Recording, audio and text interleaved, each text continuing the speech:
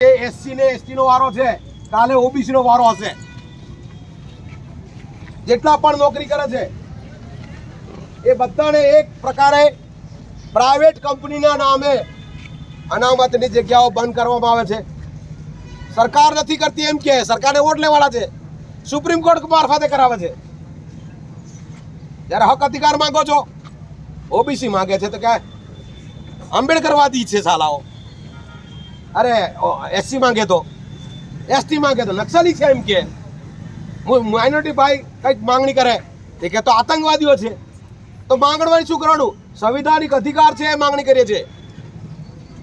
સંવિધાન અધિકાર માંગવાનો પૂરેપૂરો હક છે, આપણો દેખાવ કરવાનો પૂરેપૂરો હક છે, મૌલિક અધિકાર છે. પણ આપણે જાણકારીને લીધે, આપણી જાણકારીને લીધે, અધૂરી જાણકારીને લીધે આજે આપણે ક્યાંક નુકસાન ભોગે છે. આજે ભારત બંધ છે, શહેરામાં 100% ઓબીસી વસ્તી છે, 95% ઓબીસી વસ્તી છે. એમ કહો એને ખબર નથી મારા ઓબીસી ભાઈઓને કે તમારું આરક્ષણ તો લૂંટાવવાનું જ છે. એસટી ને એસસી નું જે લૂંટાવી જવા રહ્યું એને પણ પોતાની મનમાની કરીને કાઢવા રહ્યા છે.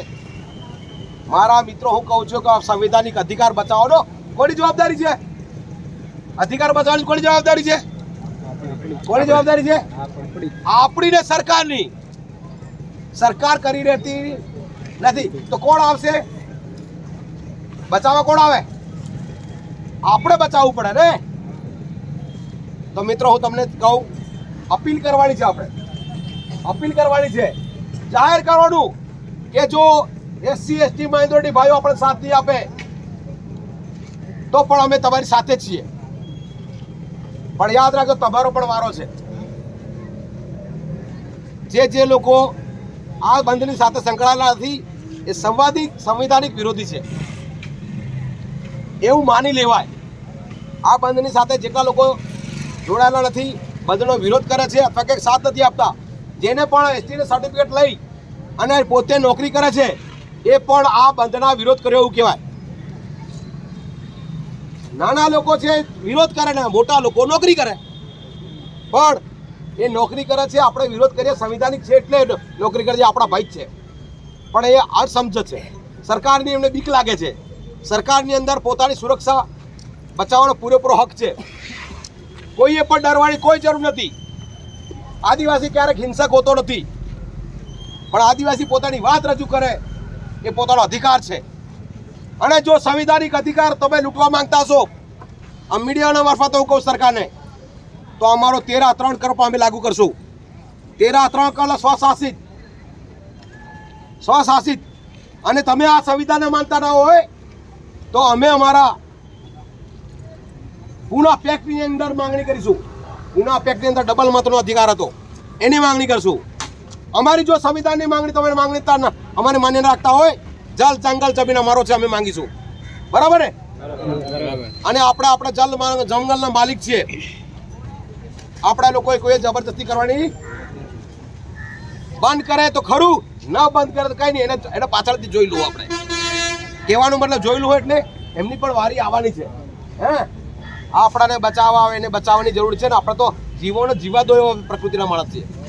તો મહેરબાની કરીને બંધનું એલાન શેરા તાલુકામાં કેટલાક લોકોએ નથી પાડ્યું.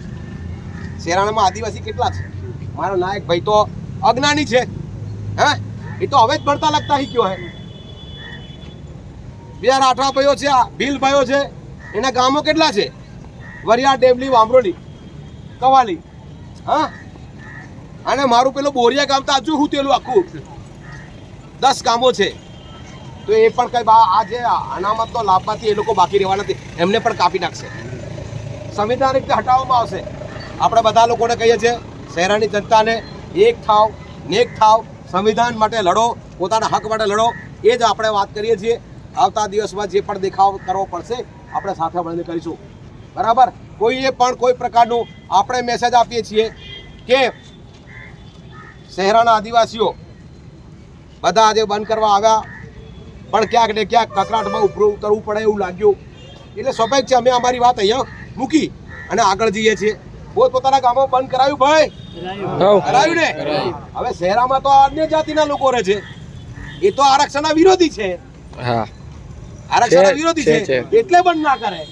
એ ના બંધ કરે એટલે આપણે લડાઈ કરવાની એમ જોડે નહીં. એ ભારતના જ દેશના નાગરિક છે, એમની જોડે લડાઈ નહીં કરવાની. આપણો મેસેજ એમને આપી દીધો કે આ દેશની અંદર રહેવું હોય, આ દેશમાં રહેવું હોય તો આદિવાસી સાથે સાથ આપવો જોઈએ. આ દેશમાં રહેવું હોય બહુજનોને સાથ આપવો પડશે. આ દેશમાં રહેવું હોય તો SC ST OBC માઇનોરિટીને સાથ આપવો પડશે. નહીં તો પછી તમે પણ વિદેશીઓ છો. સુપ્રીમ કોર્ટનો જજમેન્ટ કીધું છે કે 8% આદિવાસીઓ આ દેશના મૂળ માલિક છે. તો તમે પણ જવાની તૈયારી કરજો. અંગ્રેજો ગયા છે, તમે પણ જાઓ. હા, બરાબર ને? અમે જીવો અને જીવા દો, અમારો અધિકાર છે, પણ આપણે પોતાની હક અધિકાર માટે લડીશું. જો સંવિધાન પર કઈ ખતરો આવશે, સંવિધાન પર કઈ ખતરો આવશે, અમારા જીવ નોચાવણ કરી દઈશું આવતા દિવસમાં. નરેન્દ્ર મોદી સાહેબ એમ કહે કે અમે આ ના લાગુ કરીએ, આ સુપ્રીમ કોર્ટનો ચુકાદો નહીં લાગુ કરીએ.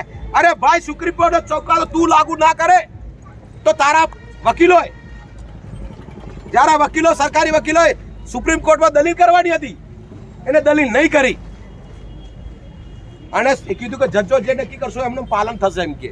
તો એનો કે મતલબ શું થયો? સરકારે પણ તૈયાર છે, બરાબર.